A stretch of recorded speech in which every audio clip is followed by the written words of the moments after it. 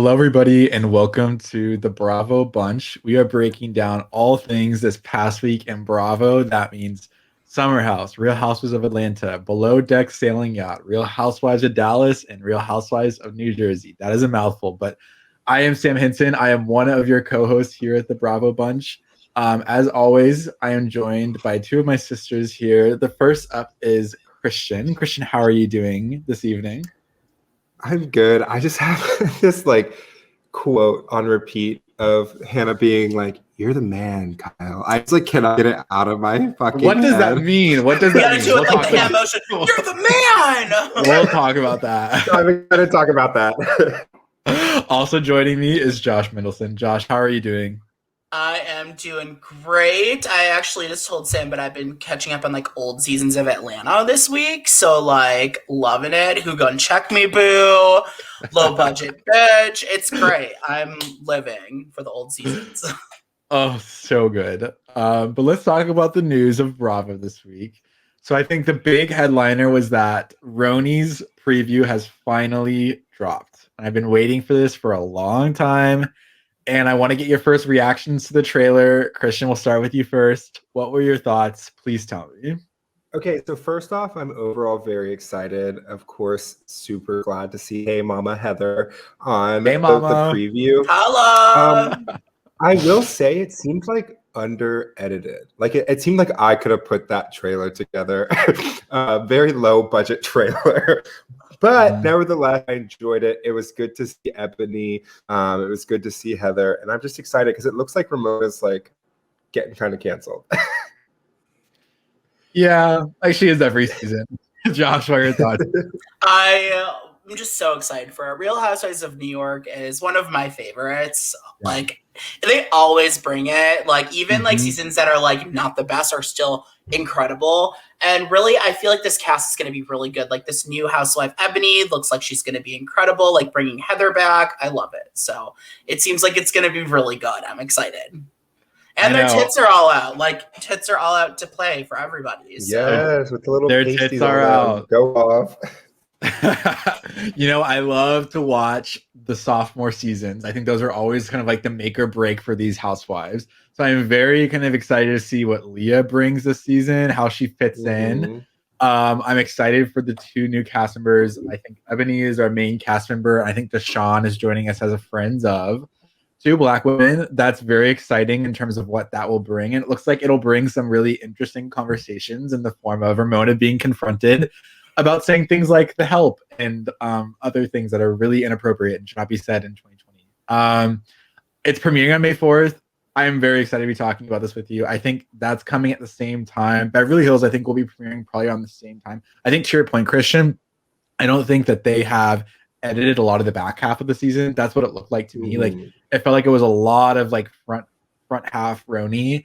And I think I have faith that these ladies will deliver. I've heard it's a good season. I'm ready. What are your thoughts? I mean, just even the moment of Ebony being like, "I'm more educated than all of you." I was like, this is what I've been waiting for. It's just somebody to come in and put them in their place. And it's just so good.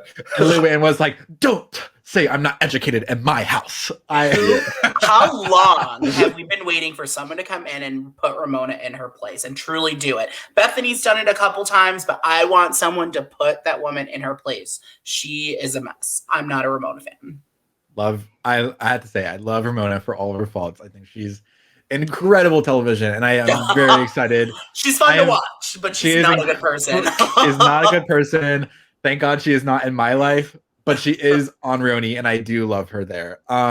Yeah, I think that's it. But at the same time, when the trailer dropped, news broke. More Bethany news. Bethany announced that she is divorced, and honey, she is engaged again.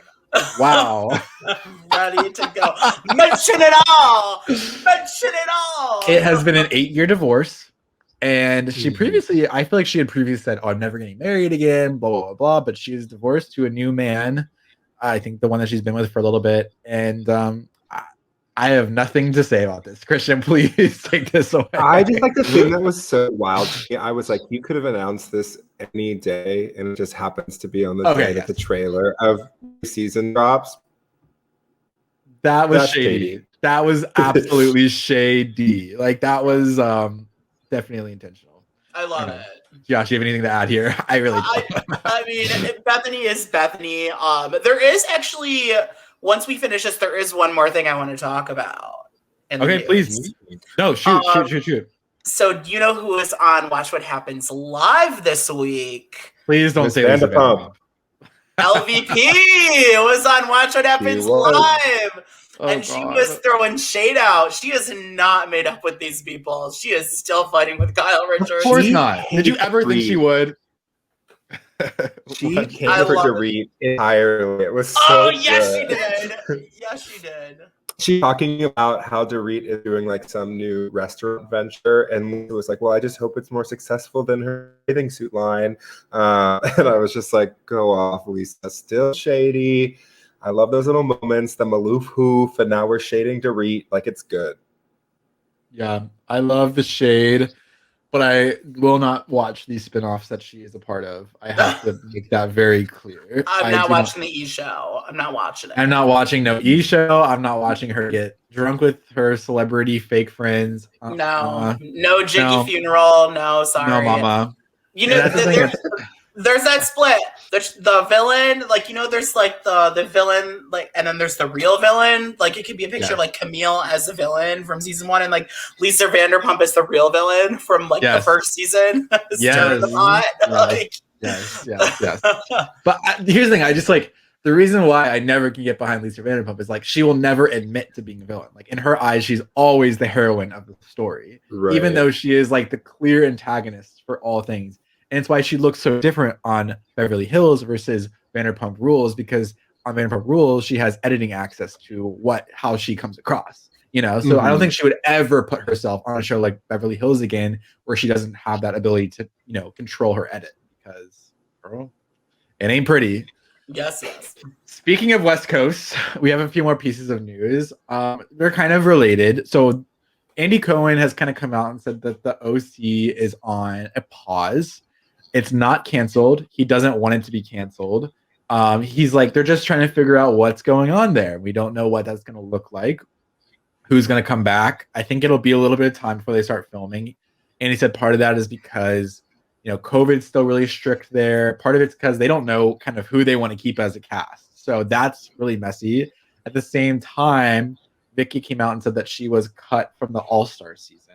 Now, if you actually read the article where she was cut, so I remember this because this was like discussed and rumored about last year. So last year, when Vicky at this time was still a member of the OC cast, she was contracted to go on All Stars.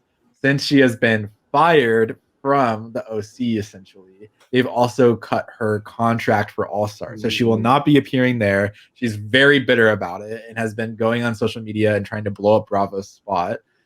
You know, I had to say, I think it is kind of a shame that we won't see Vicky on the show. Like, I think Vicky is someone who, even if you don't want her on OC regular season, she'd be perfect to put in like a week-long vacation series. Right, Josh? For sure. Oh, I totally agree. Vicky is a necessity. And I know a lot of people don't like Vicky or think she's gone a little cuckoo, but like, or she's always been cuckoo, but Vicky is a necessity. And I the same with Nene, but we all know Nene did the same thing. So Nene won't be on it either, but I wish Nene was on it because I think it's made for Nene to be on it, but we're not getting some iconic people that I would love to see on it.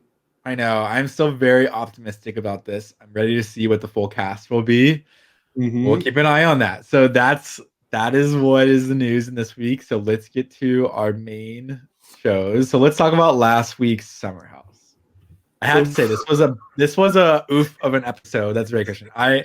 Honestly, we come on here every week and we talk about Hannah. I'm at a loss. We should call it Hannah House. Yeah, it is Hannah House. I'm at almost a loss for words. I honestly don't know what to even say.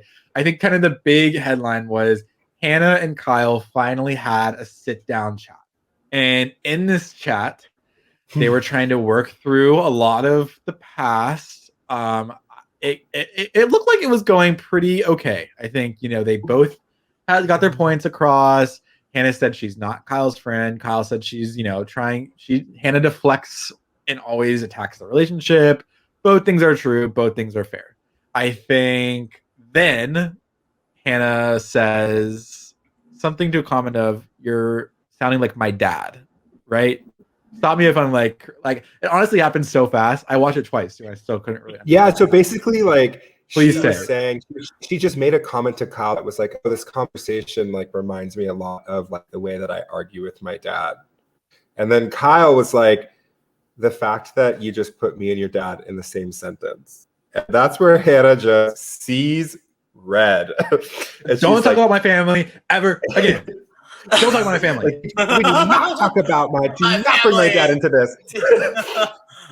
It was absurd. Like I was watching it, and I feel like as the Hannah apologist of the three of us, I was just sitting there like, I can't defend this one. Like, she looks dumb. Like, she just looks really, really bad. And I just hope for her own sake that she was like really fucked up or drunk during this conversation, because otherwise it just looks so stupid. Josh, please give me your opinions about this fight and Hannah being just absolutely nuts here. Like, when is Hannah not nuts? Like, this girl has been like nuts every episode. But like, secondly, with this fight, it was just messy as usual, and she's sitting there like bringing her dad into it, and then like she's mad at him for responding about her comment about her dad. Like, it didn't make, she was like literally creating drama. Like, she was like baking a cake, but it was like a drama cake, and she was just adding ingredients and then getting mad about things that she said. I don't get it. I think, okay, I'm coming back as the Hannah apologist here. Please do. I think if there's one thing that I was picking up on when she was talking, I was like, oh, she has a lot of trauma around her dad. And so like she's just triggered by Kyle. I think, it's not an excuse, but I think it just contextualized it a little bit more for me. I was like, oh, this has nothing to do with Kyle. Like, she's not actually this upset with Kyle. This is something much larger than Kyle. But like, damn, she's looking real dumb on national television pretty consistently. Yeah, I think it is. I understand where Hannah's coming from. I feel like in almost all of these fights that she puts herself in, I understand it, but it still makes it like, it still is awkward. Like, it's like she's still not correct. Like, to be doing this on national television, it's like, I don't know, maybe it's me getting secondhand embarrassment for someone that I think is like really thinks they are the cat's meow. And she, I think, really thought that she was the star of Summer House. She was the voice of reason. I don't know if people told her that. It must have gotten to her head. But I feel like looking at this season, I feel like every single fight that she has been in, she has been on the other side of the one that I think is correct. Right? Yes, she is, as Kristen Teichman said, delusional. I just think maybe this is like where Hannah will go in the future. I honestly don't know. Like, I am very interested to see Des on this show. When they were like sexting on the show, I was like pretty repulsed that I had to watch Des talk about Hannah's nipples. Or maybe that was just me, but I was like, wow, I really don't want to see this right now. I don't know. Okay, let's see. What else from this episode was really Lindsay and Stravi, it's over. They are officially done. She calls him. Thank fuck. I'm so over hearing about it. like it's been over. Like, it's been over. And there's some more tea with Lindsay too after we get to that. So. But Lindsay was truly just like stringing him along because she likes like those big overt like acts that he was doing, like sending her flowers, making the PowerPoint. Like, she just likes to feel loved. She was so clearly over Stravi in his entirety. Yeah, she loved being in power. Like, that's something that she loved, that she had the upper hand in this relationship. Because I think through most of it, I think maybe she didn't have the upper hand in this relationship. But you could tell that she was really enjoying it. And then the call. Did you guys think that the call for breakup was short? Was it cold?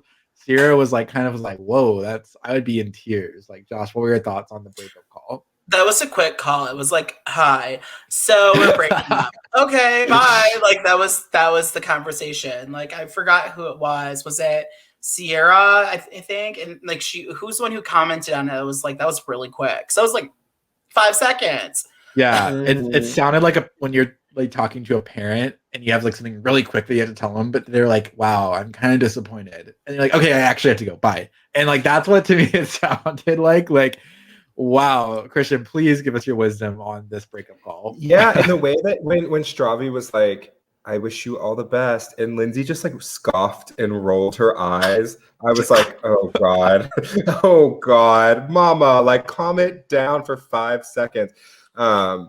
So yeah, I mean, she was clearly so over it. There was no emotional investment with it at this point.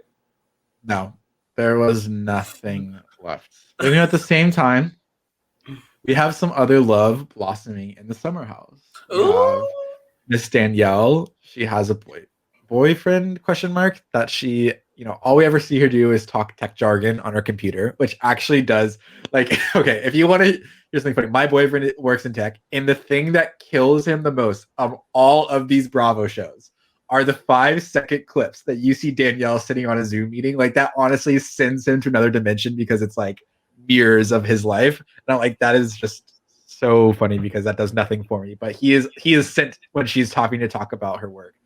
I don't know. I'm happy for her and nothing else to add to that. Kristian, please, are you happy for Miss Danielle? I am, but I'm like, why is this storyline coming in just this episode? Like clearly if it's something that's this developed, it had to have been going on before she got into the summer house. And so it just seemed very sudden. Same thing with Des. I was like, why are you throwing this on me so late in the game when it was very clearly an already established like presence in their life? Yeah, why was everyone meeting people like a week before they were going into the house? Like that seems like everyone was like meeting their future boyfriend before they went into the house. I have no idea. Let's see. Other moments. Luke sends a text to Sierra asking to watch a movie, and she ghosts him. That is honestly iconic. She just keeps moving further and further up on just like she's winning. She's a great addition to this cast. Ain't nobody had a first season quite like Sierra has had a first season. And I love it because it's like she's so unbothered and has like truly nothing to do with any of the drama, and she's still relevant and amazing. Like I'm absolutely living for her. Like to leave someone on red in a house you live with. Oh my god, girl. Incredible. Can we also right back to Hannah? Can we talk about like her and Kyle, like when Hannah apologizes and refers to him as the man, because everyone commenting about how ridiculous and like over exaggerated that was. Like Kyle's not the man. Sure. Sure, Jan. You're the man. I honestly like, okay, that was my reaction to that. I was like, oh, that was not what I was expecting her to say. Is this like some kind of summer house jargon? Like you're the man of the house or something? I honestly don't really get this. No, this came out of left field. I truly thought she was getting down at the table to start some more shit. And so when she started apologizing, I was like, oh, I don't know where this is about to go. And then I was just fully cracking up. I'd lost it when she's like, Kyle, you're a man. And was like holding him on his shoulder, staring into his eyes. I was like, Hannah, you just look desperate at this point. Like she wants a wedding invite. Desperate. I really feel like she hasn't had a good moment or a moment where she has been in the right almost this entire season. Like, is this? Right. Do you think she finds this rough to watch? Like, please answer this honestly. Or does she think that she's not even watching at this point? Like, no way. She's got her man now. Are you kidding? 50-year-old man. She is like D-list Bravo. So maybe C-list now. Okay. She is watching her shows. She is. Don't tell me she is not watching her shows. She is absolutely seeing every second. It's so embarrassing. I know. It really is. I don't know if I've ever seen a season this embarrassing of a cast member. Like, I honestly don't know. Like, without like being racist or overstepping their bounds too much, like she's like playing this fine line where it's like everything she does is just like tragic, and I honestly don't know. I don't know any other way to put it. Let's see. What else? Is there anything else from this week? Oh, the psychic and Lindsay. Can someone please explain this to me? Because I honestly did not understand what the psychic said. Did Luke and Lindsay hook up in the past? Was the psychic saying that they hooked up recently? I don't understand. I think so. So the psychic was saying, I had to listen to this 3 times because I was very confused at how they edited this together. But basically, Hannah gets a message from her psychic that said that Luke and Lindsay had already hooked up, meaning that that Lindsay would have had to have cheated on Stravi, and that Luke would have had to have been questionable with Sierra or questionable with Hannah for it to happen. So that's why they were freaking, because when they said it, I was like, oh, the psychic is just predicting that they're going to hook up. But no, it was past tense. Have we ever met this psychic before? Like, do we know if she has any evidence, or is this just true conjecture from this? This is true conjecture. Maybe it's Kim Zolciak's psychic from season 1. Yes. Okay. Do we believe this? Yes or no? Kristian? No, I don't believe, but I want it to be true. I very desperately want it to be true. I don't believe it either. Josh? I don't think it's true, but again, I also want it to be true. I think it'd be great drama. I think they're gonna hook up. I definitely see them hooking up this season. Yeah. Do we have any like future hookups this season? Like, I feel like this house is so celibate. It's like it seems. I think they're gonna hook up. Carl and Sierra might hook up. Okay, I am here for that. I could see that too. I am here for that. I am living for Carl this season. I'm living for Sierra. Me too. I think Carl is sexy as hell. Oh, Carl finally got out of quarantine. I know. But this also perplexed me because he got out of quarantine after 4 days because of a COVID test. But like, didn't they always say it's like 7 days with a test? Wait, why am I making any logic out of this? Of course, there is like absolutely no COVID logic out of any of this. It's fake COVID logic. Silly me for ever like trying to think critically about this. Happy for Carl. He is COVID negative. He is back in the house. And next week, it looks like we have a big brawl coming. I don't even know what it could be about because none of that drama seems to have even seeped into these earlier episodes. So a big brawl coming looks like between Kyle and Luke. But let's give a rating for this episode. Honestly, I'm really high on Summer House. Like, it makes me laugh. It makes me say, what? At Hannah. I literally look at Hannah the way I look at, I don't even know, like a politician or something. I'm like, girl, this ain't pretty. I am going to give this 4 out of 5 pool floaties. What about you, Josh? I'm also going to give it 4. That's what I was thinking. That it was a great episode. It wasn't the best episode of a show ever, but it was really good. So I'd say 4. Yeah. What about you, Kristian? We're going to do 4s across the board, especially because we get a good setup for a physical location next week. Yeah. And I honestly am so curious about that. Like, okay, I have to say, Summer House, it's really been hitting the season. Let's go to something that is a little more hit or miss, but I have to say, it was a bit of a hit this week. Real Housewives of Atlanta, the Sunday episode. Wow. So much going on here. There is so much going on. I feel like Medusa running crazy. After 10/10/2020, we have some actual drama to talk about. That's really exciting.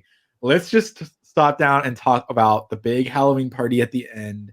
It was everything I wanted it to be and more. I honestly, like, the fact that there was no party also gagged me. Like, they all got there and were like, I could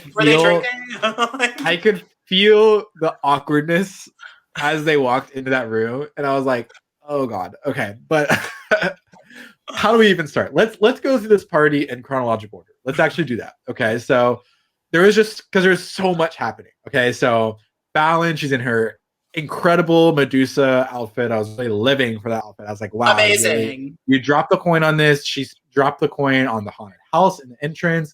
The rest of it was okay. Candy comes as a tiger. I love the prosthetic work. Cynthia comes in. I honestly did not know what she was wearing. Did anyone catch she was hand sanitizer. She was hand sanitizer, trying to make a joke out of it. And unfortunately, Miss Kenya comes in as a Native American in full headgear. Problematic. Okay, girl, come on. I am honestly so shocked by this. Like, I don't even know what to say about it at this point because I honestly can't wrap my head around it. Kristian, please, like, make sense of this for me. I'm struggling. I cannot make sense of it. I was sitting there, even though I knew it was coming because we've seen all the previews. I was just like, do you know how many people she probably had to get past in terms of her glam squad, the producers, the camera people, all the other housewives, and not a person said anything before she showed up to that party? Like, or they did, and she was like, I don't give a fuck, I'll just do it anyway. Oh my God. I was just like, Kenya, this is just one of those instances where you're like, oh, she is really that ignorant. Like she doesn't just play ignorant on television. Like she is just that unaware. Yeah. She really is. My favorite reaction to it was Portia's reaction to it. She was like, Portia was shook. She was like, I thought we weren't doing that no more. That was literally what she said. I love Portia. She was literally like, I have to say, my favorite relationship this season is Portia and Kenya. Like Portia just truly wants to not even be sucked into Kenya's orbit at all. Like she's desperate to just like stay away from her at all costs. And the fact that she keeps getting drawn in. All right, let's keep moving. They've had drama all throughout the show since they started in season 5. Oh yeah, with the Baps thing. Yeah. Remember when Kenya had the party and had Portia come as Babs? Yep. They've had drama for a long time, and I love that it continues. LaToya comes in hot. She comes in hot. Hot is an understatement. Her vibe was just wrong. Just absolutely foul. Off on the vibe. I have to say, I think this woman, she was on something else before. She was like coked up. She was like ready to come in hot. Yeah. She comes in hot. She says, oh, this is what dating a 65-year-old will get you about the house. She's like asking for someone to serve her. And then Fallon, I think, had a great reaction. Like, oh, rich people don't talk like that, honey. That is what poor people say. And that is tea. That is absolutely tea. True. I love that. I love that. Toya comes in, says that she has a love-hate relationship with Drew, blah, blah, blah, blah, blah. Toya confronts Kenya. Okay, so I want to hear you guys' reaction to this. Kenya is not having it at all. Kristian, please tell me about this this conversation. I want to hear what your thoughts were about the Toya. Yeah, so Kenya sits her down and it's like, baby girl, you cannot expose my shit to all of these girls that hate me. Which I was like, this is a very valid argument. Yeah. Even all of the nieces knew it was bad when she said it. It was like, oh, Kenya's gonna get pissed off about this. But then LaToya just couldn't take Kenya seriously. She started cracking up and like making jokes, and I was like, you're really about to just piss off the one you really don't want to fuck with. Like, because once Kenya's done with you, she's done with you.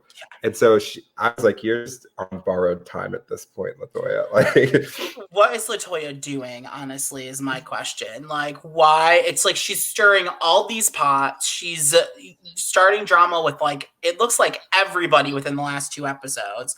Like, what is her point? Why is she doing this? Yeah.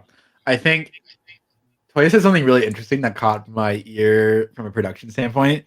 So it sounded like Toya, basically, one of her line of defenses was Kandi had said this already, which what she was saying was Kandi had brought this on camera. I thought it was okay that we could talk about this on camera. Mm-hmm. That was my impression.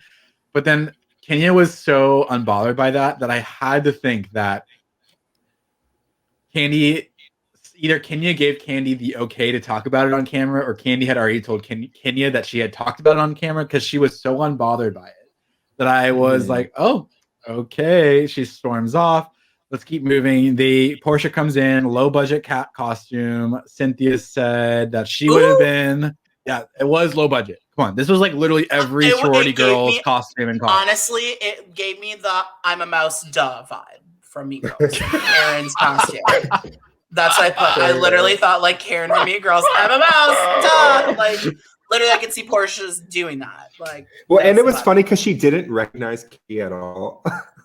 Yeah, she didn't recognize Kandi. She's like, "Who are you?" She's like, "Kandi." That was how she said it. And Kandi was incredible. I think Kandi was the best dressed. Like her makeup was great. Oh, was awesome. That prosthetic was amazing. She looked so good. Oh my god, honey, hello.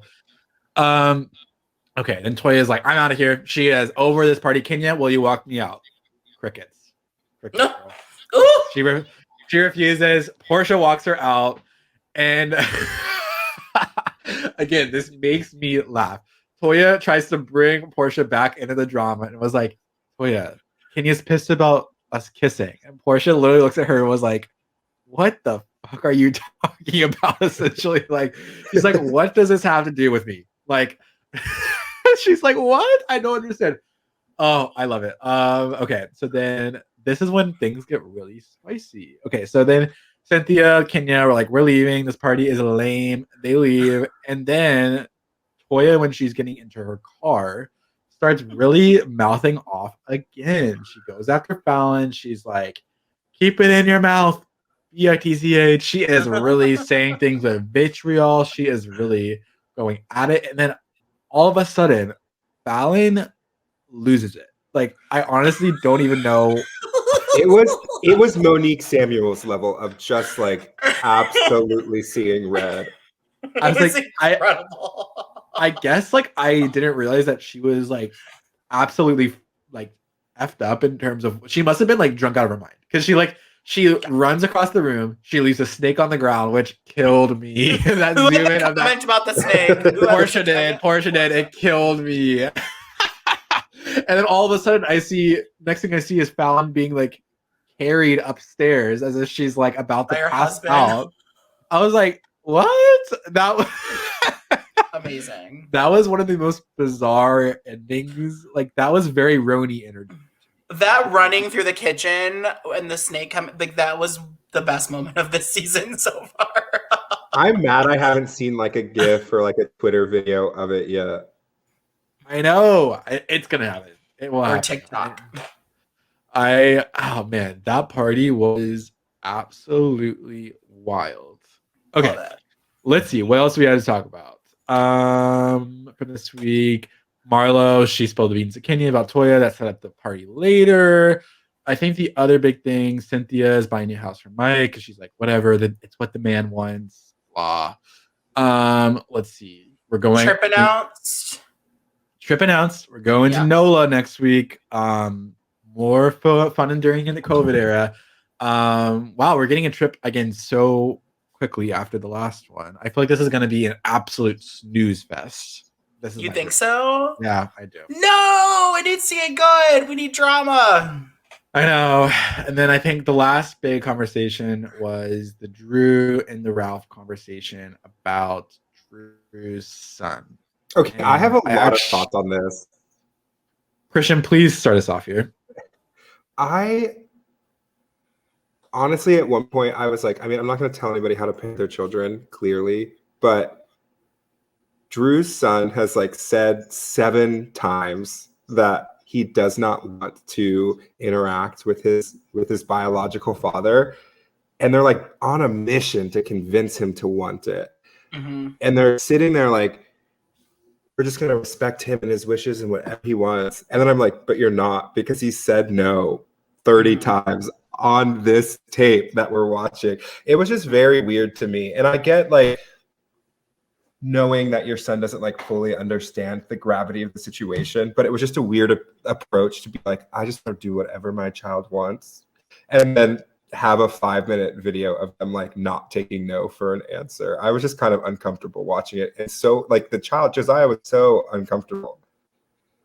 It was so obvious. I honestly like, I feel like I have thoughts about this conversation, but at the same time, like I when it comes to like kids, I honestly have like, I have nothing that I want to like personally add this conversation, because it's like, I don't understand the situation. Like, right. I think that the one thing that really kind of threw me off that I had to kind of catch up on was that Drew talks about adoption as if it's like an adoption of a child. Like, I feel like she's kind of conflating adoption of a child that is not biologically hers with one that is hers but has a baby daddy. I feel like that was a weird distinction I didn't understand until much later in the conversation. I feel like those are two very separate instances. Other than that, I have nothing else to add. Whatever they think is best for that child, I really don't have anything to say. What about you, Kristian? Anything else you want to add? I'm just thinking because like I am adopted, right? And so like I don't know my birth parents, and like that is perfectly fine with me. And I was like given the option to meet them when I was like old enough, and I just said no, and that was just respected. And so like I was just like, first of all, your son doesn't understand, like there's no way that he could understand these dynamics and what's going on. Like there's no way that kid understands what prison is or like how that whole like process happens. So I just like I just was uncomfortable because I was like, you're putting him in a position where there's so much that's just going over his head, and then of course it's televised, which just makes it look even worse, in my opinion. I was comfortable watching the whole thing, and I was like, I wish that this didn't happen, even though I thought that it did bring out like Drew and her husband. Like I was like, oh, they are like very caring, and they work together very nicely with their child. Like at least together, like they came together, and you could really see him empathize with her. But I was like, I just wish it was about something else other than this conversation, because it was just weird. I think, okay, this sounds really cynical. I think part of this conversation only happens from a housewife that is on a first season of a reality show and is trying to have as many plot lines going at the first as much as possible. I think this is one that I don't think any of us needed, and if we did, I think we needed it in a much different kind of setting than what they gave it to us. I also think this was a conversation designed to make Ralph look good. I think that's all I will really say about that. You know, I do like. I think like they knew what they were going to talk about. Obviously, like they had the sun there ready to go on a camera. Like they knew that they were talking about this on camera. Yeah, and I think it's easy for Ralph to say like, "Oh, this is whatever you want, whatever you want." I don't know what's happening there. I don't want to touch that. I have to see that. Like honestly, like that's all I was like thinking watching that, and I was just like, I love that kid. Her kid looked so amazing and beautiful and smart, and I was obsessed with her child. I was like, oh wow, you're older than I thought you were going to be. I thought he was going to be like 4. Like I didn't think he was going to be that old when he came on camera. I was like, oh wow. Anyways, I think that is all I have to say about Atlanta. What were you guys' thoughts on this episode? Rating it out of 5 peaches. Kristian, we ended on a bad note, but please. No, I mean, I'm honestly gonna give this like a 4, because I mean, just like Fallon alone running through her kitchen, gold. Like that's a moment of Housewives that I'll never forget. And so I'm gonna give it 4 out of 5 peaches because Fallon performed. Yeah, I will give it a 3.5. I think that party, like again, that last 30 minutes was truly amazing. Like I was living for it. It was everything I wanted. I think there were other things in the episode that weighed it down a little bit for me, just because I just didn't need to see it on TV, I think is kind of the conclusion I'm coming to.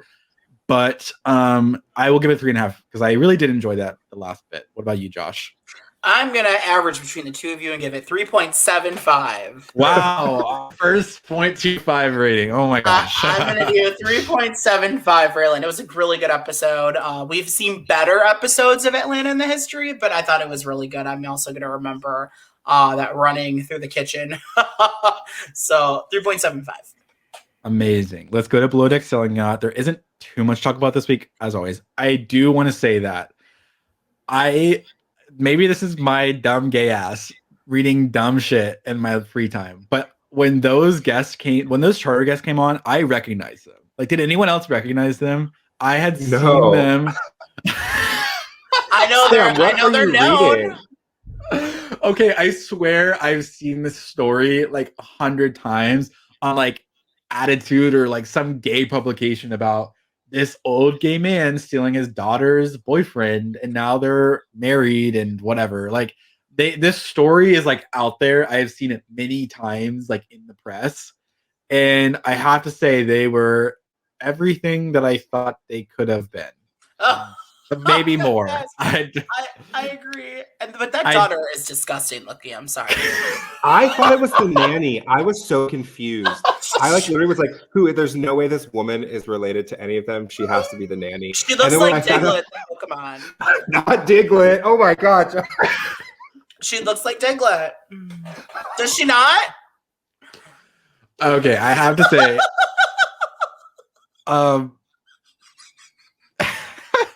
Josh, I'm speechless. You have me speechless. Yeah, you have me speechless.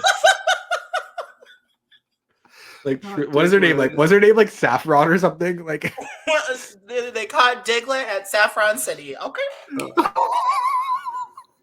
Okay. Wow, that was absolutely wild. Josh, yeah, tonight.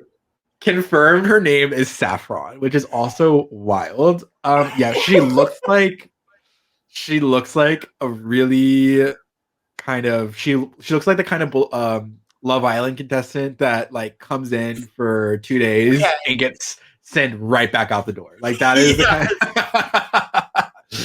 But it's all love, of course.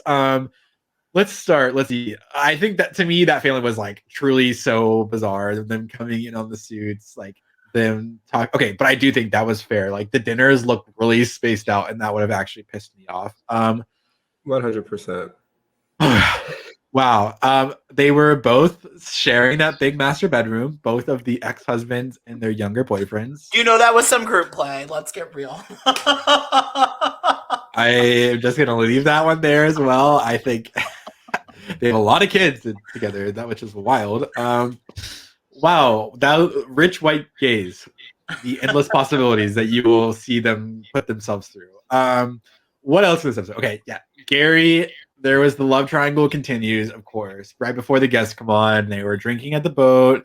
Gary is being the F boy that he is. He's talking to Allie because he actually likes Allie, but then Sydney is that girl that he hooks up with. Maybe she's a little too into him. I don't really know.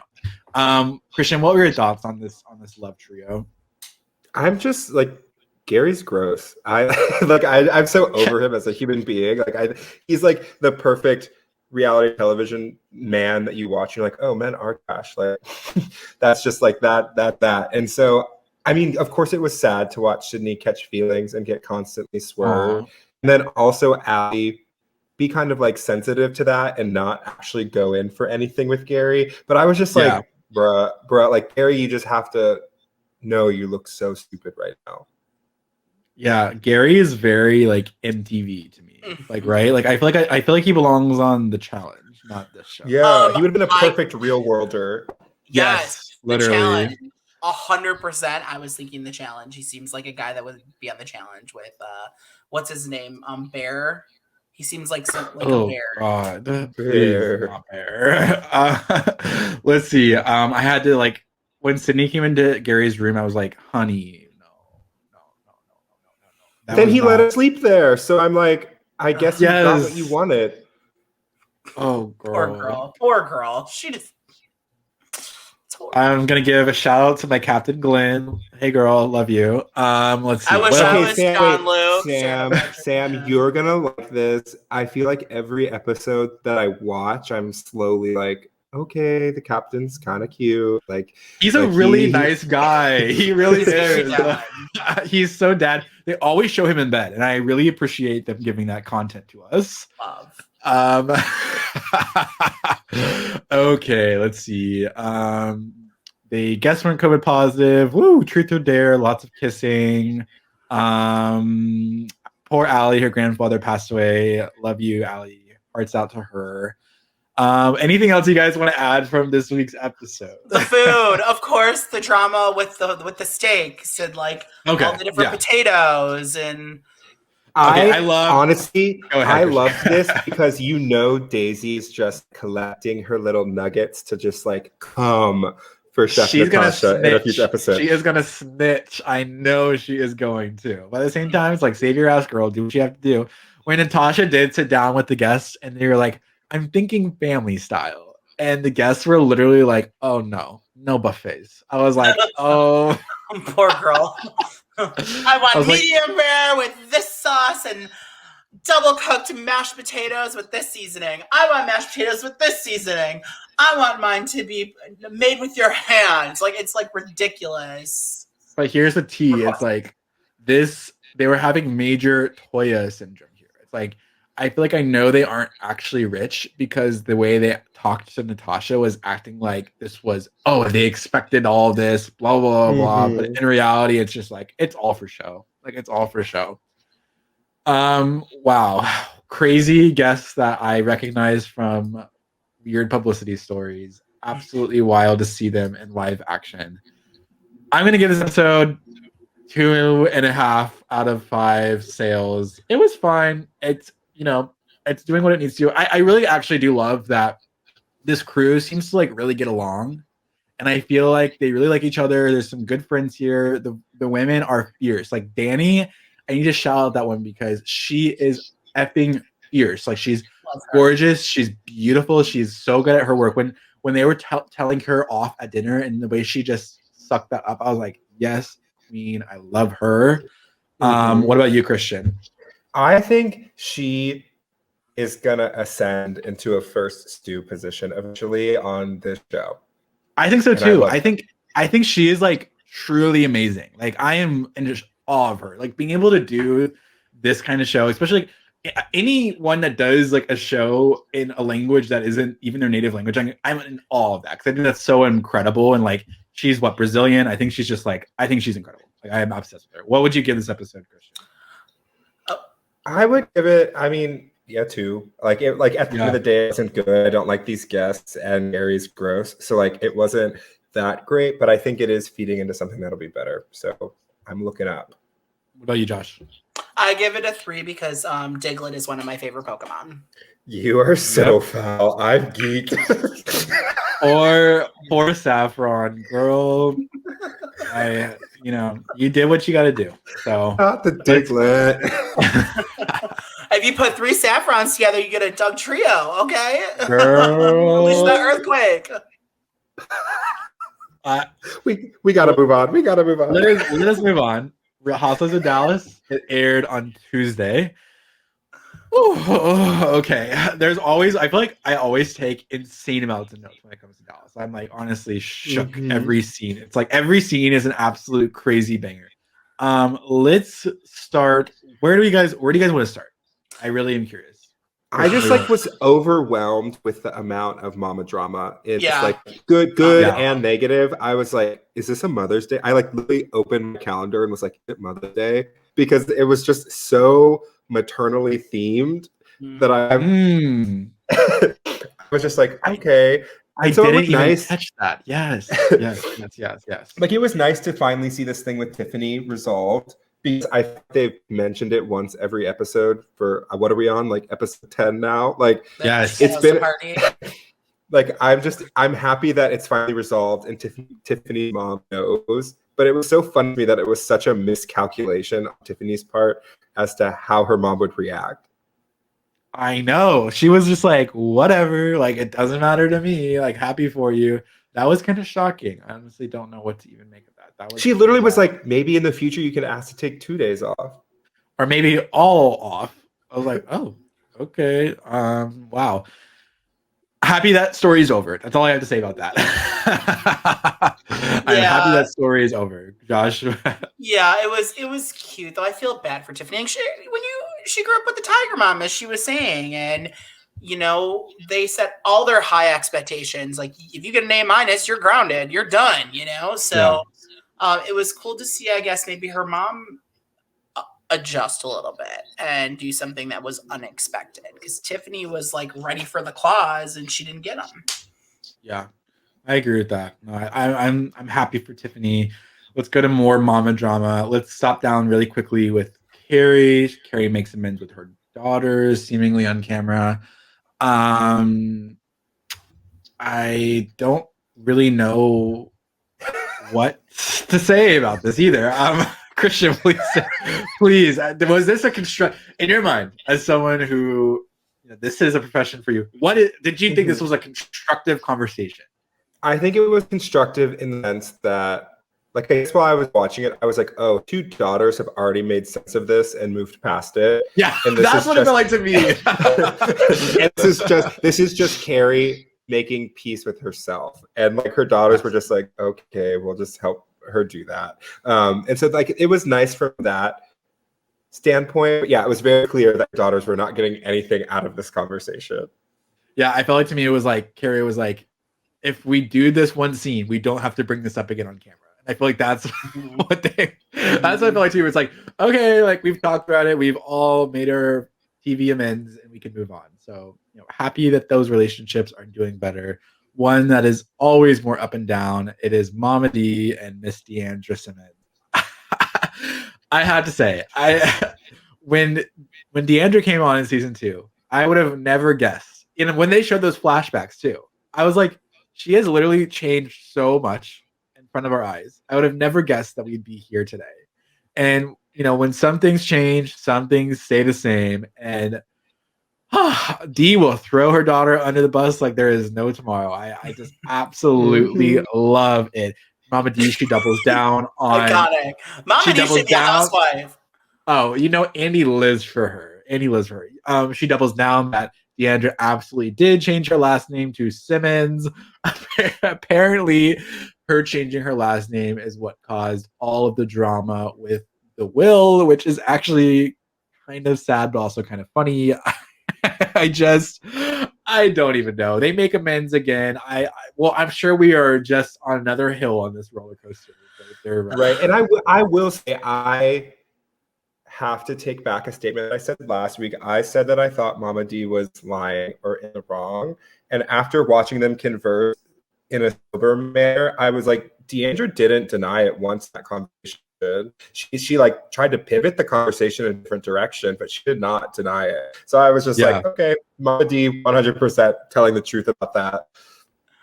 It's still wild to throw your child under the bus like that on TV. Like that's actually like still pretty shocking. But I think Dee loves to see Deandra squirm. Like she loves to see her daughter like get absolutely shat on TV, and especially when it comes from her. Josh, please. Honestly, one thing I'm realizing this season, and it's every season I've really liked her, but this season especially, Deandra's becoming one of my favorite housewives of all time. Like, of any housewife series, Deandra's becoming my favorite because she just is so her and like true to herself and is a hot ass mess and like owns it without even knowing she's owning it. And it's just so much fun to watch her because like it's just so much fun to watch her just make mistakes and just do things. She's an incredible addition to the Dallas cast when she was put on there. I love it. And I think like the thing about Deandra is she's smart, but she's not too smart. So she's like able to form this like well-oiled like rebuttal to Brandy coming for Christianity, but she's like still dumb to like not really change the argument when Brandy's like, no, it's kind of different. It's kind of different than what you're explaining. She's like, I don't care. You can't order the blue Jello. I think one reason why I love Deandra is I think when she got cast for season 2, I don't think the producers in their wildest minds would have like seen where she's gone over these years. And I just love a queen that could just constantly give us something unexpected. And I feel like Deandra has, again, really come into her own. She is killing the season. She truly makes me laugh. Like every episode, I die laughing at Deandra. Whatever she's doing, either it's fighting with her mom or being really drunk or just everything about whatever his name is, Miss Shaman. I love it. I'm obsessed. Let's see. What do we have other mama drama? Let's go to the party. This is where some confrontations went down. Tiffany has a redo. She has a party at her husband's hotel. Yeah. It is a Hawaiian themed. You know what? I'm going to say this. I think in 10 years, we're going to look back and think about Hawaiian luau's the same way we look at Kenya's costume in Real Housewives. 100%. I was sitting there being like, wait, this is pretty you like think so? culturally appropriate. Yeah, no, it's the same thing. I do. So luau's are now going to be considered like problematic. Like because it's very specific to a culture of like people of color who are very indigenous to this very remote area. And so like, I was like, this is definitely just same line of thought. I was like, this, if it's not distasteful right now, it will be distasteful. It will be soon. That was the exact thought I had. I was like, I know this will be canceled when we look back. And if we ever rewatch this in the future, I'm like, I know this is going to happen next because it's like, again, it's something that white people have taken for their own and completely remade in their image. And it's just like a complete bastardization of whatever you would see in a traditional Hawaiian culture. Truth. I just got to put that out there. We can move on from there. But that made me laugh. That made me just be like, wow, we are still working through some things. There was drinking. There was some fire dancers. Tiffany said, please don't burn down my hotel, which was a line that I actually was like dying over because I was like, that is just so rich person. Let's see. Then I guess we have the big blowout fight between Deandra and Brandy over the comments she had made at the previous party. Brandy wants to make it very clear she is not judging Deandra. She is not. She is helping her make the gates of heaven, and that is what she wants to make very clear. Hypocrite. Josh, She's a hypocrite. please tell me what your thoughts are. Last season, a year beforehand, was the whole thing with Brandy talking to spirits. A year ago. Like, did she forget time that has passed? Like, this girl, by the way, are they like totally Sherry Pieing Brandy right now? Like, they're kind of editing her out. We didn't see much of Brandy in the episode and her family. I feel like they're like editing Brandy out of the episodes unless it's a fight. Well, I just feel like Brandy's makeup is so bad this season, and I'm like, I don't really want to look at her. And that is the tea. Maybe that was too harsh, but Josh, I just have to say, now Sam with Brandy, the shade is just iconic today. I know, she looks orange. She looks orange, and like she looks like Donald Trump, and that honestly is not okay for me. Like I'm trying to get total Trump erasure from my life, and Brandy keeps bringing me back to that place. I have to say, when Deandra brought out the pendulum, I was like, Gagatandra, I literally was shook. I was like, you are bringing props. I died. I died. And that's wait till that reunion. Like, she did her homework. She did it. It's like him bringing the bunny. Like, it's just so good. It's so rich. It's so good. It doesn't stop there because Brandy says, I don't know if I believed in what they mean about Astroglide. And the look that Deandra gave Brandy, like Deandra knows 100% what Astroglide is, and the look that she gave her, it honestly sent me. I died. I died. It took me out, and then Stephanie made a comment.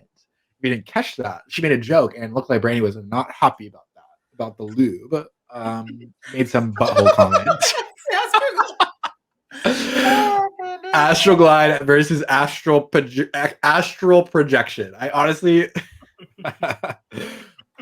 Brady has to know what Astroglide is if she's making if she is conflating the two.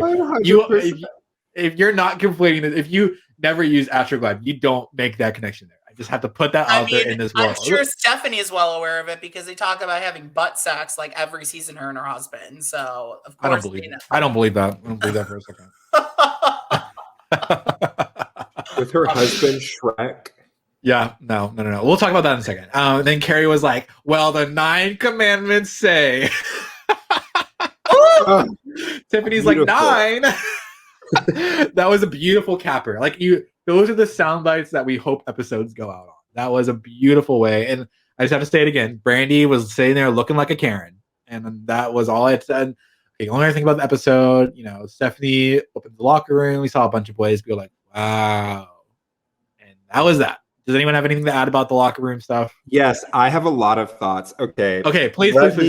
Let me just say something here. As they're talking Stephanie this entire season about how she is giving this new locker room to a very underprivileged school, like I was building an image in my head. Girl, it was not that. It was not that. I was not imagining it going to an all-white school. Like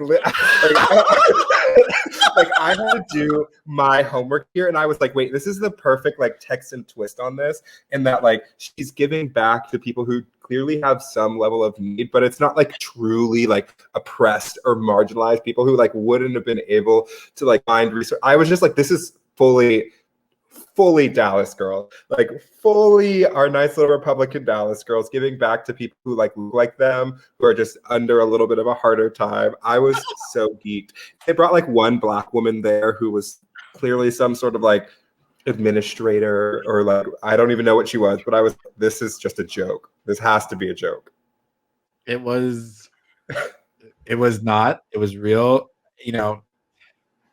if they were picking schools, and this is why, they're picking schools off of video submissions. Please, come on. That's all I will say about that. Let's see. You know what? This episode was absolutely wild to me. Like, I honestly was like, I was truly every single scene. I was entertained. That's all I'd say. I am living for Dallas. Like, even with this messy conservatism, Brandy being a major Karen, looking like Donald Trump, I have to say, like, the good outweighs the bad for me, and I'm living. I'm gonna give this episode. I was gonna give it a 4.5, but it wasn't better than Summer House. I'm gonna give it a 4 Texas stars. What about you, Kristian? I'll also say 4 star. It was good. It ended and I fully wanted more of it. I was like sad that it was over, which I feel like is like hard on some like middle of the season housewife episodes. And so I was just like, content with it. Yes. What about you, Josh? I'm gonna say 4.5. I thought there was a lot of fun stuff in it. I loved the luau, everything that happened during it. I thought it was great. So I'm gonna say 4.5. Yeah, I had to say this. I feel like Dallas is probably overlooked, and I think people are fair to want to skip this because it comes with a lot of baggage. But I have to say, like, the good to me outweighs, like, I think this is one of the best modern seasons of a Housewives season I've seen in a long time. The fact they filmed it during COVID too, it's like the rest of these shows are just not even on the same level, like at all. Like Atlanta is so stop and go, and I have to say Dallas is just firing on all cylinders, and it is because it's so top heavy. Like even with Brandy and Stephanie just not really giving me anything, the rest of the cast is absolutely serving. It kind of reminds me of New York a little bit. And like when New York had that like renaissance years, like New York had season like 3 and 4 were incredible. And then I had a couple seasons off. And then Bethany came back and Dolores was, or not Dolores. Dorinda. Oh, wow. Dorinda was introduced like those couple years. Like those years is the vibe I'm getting from Dallas right now. I agree. Like I actually do agree with that. I think it makes me feel all different types of emotions and it makes me laugh. And I think that is what I'm wanting from all these shows. And I feel really invested in some of these people. And I'm really happy with Dallas. It's far exceeded my expectations after last season with Leanne. So I'm very happy and very pleased where the state of Dallas. Let's move on to our final show of the night. That is Real Housewives of New Jersey. It aired on Wednesday, March 24th. Okay, I feel like this was a lot of setup. Andy has been really kind of hyping up Jersey episodes. He said this next week will be one of the best all times we've ever seen. I'm ready for that. I think I felt that way because I felt like it was swelling towards a climax that we maybe didn't hit in this episode. And that is because everyone is at the shore. We are on our vacation too already. We are at the shore houses. We have Margaret, Jackie staying with Melissa, and we have Dolores. Dolores' house with Jennifer and Teresa. Let's just get to the end. Let's talk about the dinner first. I am kind of gagged that Teresa is in competition now with Miss Candy for having sex toys. That is something that truly, really shocking. Really shocking stuff that is coming out of New Jersey. I have to say this. New Jersey to me is pure camp. Like, does anyone get this vibe too? It's like when I watch, to me, it is the epitome of camp. Like when I watch this, I'm like, I honestly cannot believe this is real. Because Teresa is camp. Teresa's a joke. Teresa is camp, but I mean that in the absolute best way. Like I am a gay that lives for camp. I think like also a big group of people that I would consider to facilitate the campiness of Jersey is the husbands. Like they are so over the top. Joe Gorga especially. Yes, I totally agree. Okay, so this is the dinner. Jackie, it's her first time seeing Teresa in literally forever. Jackie has been off screen, stank AF, and just stirring in whatever weird relationship she has with her husband, Evan. Teresa comes, she has a gift for everyone, and it is a vibrator. And I was actually kind of concerned that so many of them thought that it was a dildo. I was like, okay.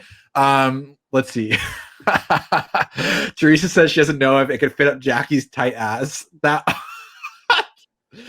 killed me. I have to say that. Actually. Teresa became the exorcist in this episode. Out of nowhere, she starts reading everybody. She's throwing everyone. It's like, what is going on with her?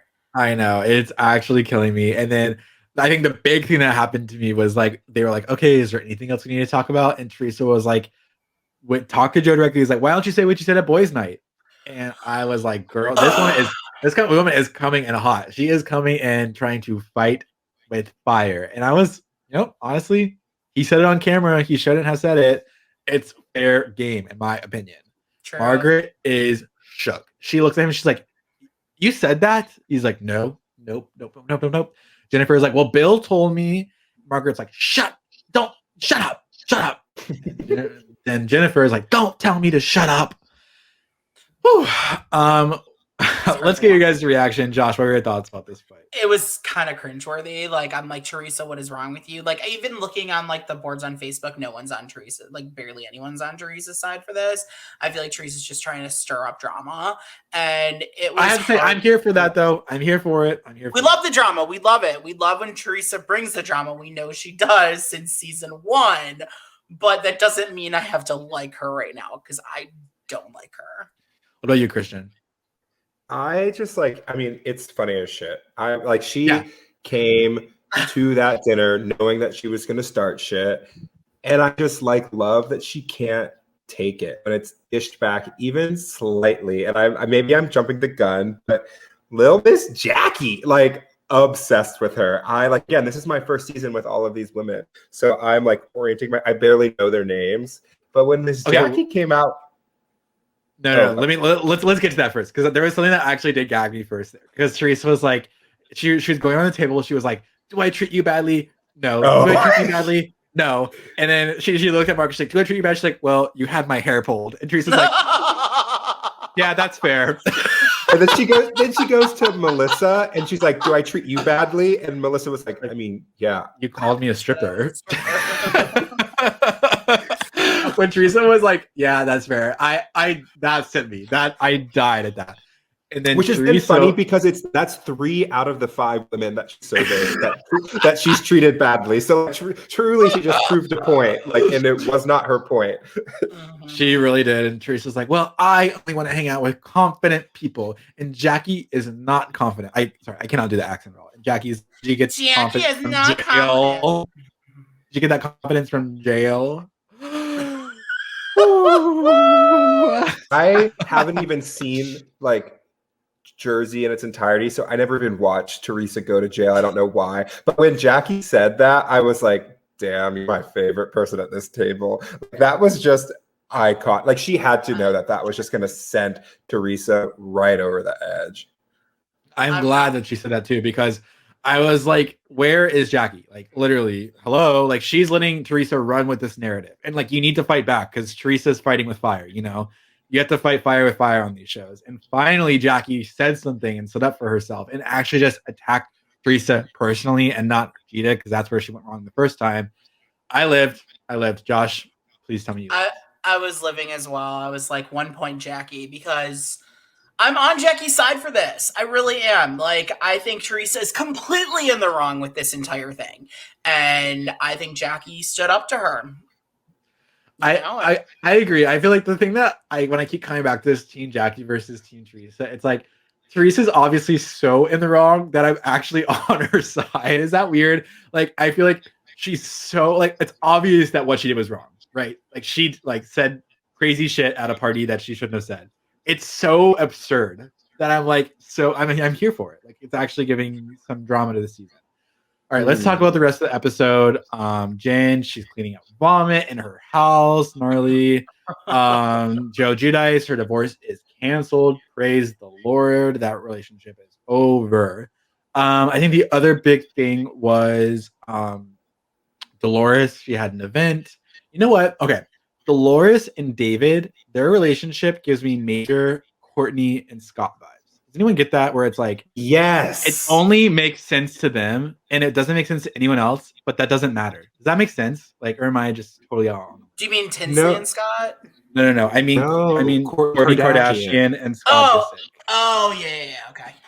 Sorry. Kristian, do you agree with that? Am I correct? I fully agree with it. And I just clearly, again, I am only 3-5 episodes deep with Dolores, so I am trying to put together my understanding of this whole relationship as we go. But that's exactly the vibe that I get from it. I'm just I have so many questions, but you don't. It's working for you and everything that's going on there. So it's just impressive, honestly. Yeah, some context is that her husband Frank cheated on her, and that's why they got divorced. And I think he's always felt indebted to Dolores, and I feel like they've never stopped loving each other. They always will do everything for each other. And I feel like that's why he's still so protective over her, and why he's able to let her have this shore house, even though he got it in the divorce. But yeah, that relationship, it is what it is. They're making the most out of it. They're grown adults. I have nothing else to add. She gets an award. Good for her. Blah, blah, blah. Is there anything else that you guys want to talk about from this episode? Marg's dog had a UTI. Yeah. Wow. Okay, that had to be said. I don't know. Is there anything else? Not for me. Not for me. It was that dinner party was really the main part of the episode. So I mean, Right. wait, the opening scene where Jen was like cleaning up her vomit in her foyer. Oh yes, that was gold. that was- Beautiful. that was beautiful. That was art. That was true art. That was America in 2020 performance act. Amazing. I will give this episode. I'll give it 3 table flips out of 5. What about you, Kristian? I will also give it. I'll give it 3.5. I think just like the prison comment really set me over. It gave me a line that I'll probably quote at least once a week for the foreseeable future, and that's what I love about Housewives. So I'll give it a 0.5. Okay. I'm going to change my grade too. 3.5. What about you, Josh? a 3.5 all around. No question. Awesome. It was a good week. I really enjoyed it. Let's get to our tops and bottoms of the week. Josh, let's start with you. So my tops of the week, Deandra, obviously. Deandra. I'm going to say Jackie for standing up to Teresa because that was awesome. And I feel like that's it for tops. For bottoms this week would be LaToya, no question, and Diglett. Yeah. What about you, Kristian? I think my bottom of the week is Gary. I'm honestly so tired of Gary. I maybe I just hate men or just men who are like that, but men are gross and I'm tired of it. I think my top of the week is Portia, just for the way that she was just like, Boya, I don't want anything to do with this. And you can try and drag me into this at multiple points, and I'm just not going to get involved. Like, I thought that was just like queen behavior. I feel like younger Portia would have gotten very involved with that, but she said, nope, I'm good, and just moved on. So she's my top of the week. I will say that my bottom of the week, I'll start there. I would say I have to put Kenya in there for that costume girl. Oh yeah, I love me Kenya. Yeah, that too. But I cannot stand by that costume girl. That is just not it. You should know better by now. Like, where are you living in this world? Okay, Kenya is a bottom. Who else is in the bottom? I'm gonna put Brandy down there every week. Oh yeah. Sorry, Brandy is till she's gone. She is Miss Cafeteria Christian. She is Major Karen energy. I don't want to see that, honey. I don't want to see that. Tops of the week. I will throw Sierra, absolute queen, leaving Luke on red like that. Woo! And I will put Portia up there too. She is serving me everything. And Marlo, because I also don't love costumes and I'm not a big Halloween fan. And Marlo skipped the Halloween party because she also wasn't a big fan. And I have that same energy. That is where we connect. So those are my tops. Those are my bottoms. All right, Josh, take us out of here. All right, so we'll go everyone's little tags here. We'll start with Kristian. You can follow Kristian on Twitter at _KRobs. You can follow Sam on Twitter at Sam Henson 24. And you can follow me as well at Mendels8. That's MENDELS 8. And you can follow our network, Couch Potato Queens, at Couch Potato Queens. That's Couch Potato QWNZ on Twitter. Like us on our Facebook page, the Couch Potato Queens podcast. We just started, we did like a Mike Manning from Real World Challenge or Real World DC interview. We did that as well. We're going to be doing Drag Race. It's every Friday night. We'll be covering All Stars as well. We're going to be posting a few more Survivor things coming up. Me and Sam are talking about it right now. We also have Big Brother over the summer, so keep on watching, guys. Yes. So next week we have the big brawl in the summer house. We have some drama at the Jersey Shore, and we will be here same time, same place to break it down next week. So until then, bye, guys. Bye, everyone.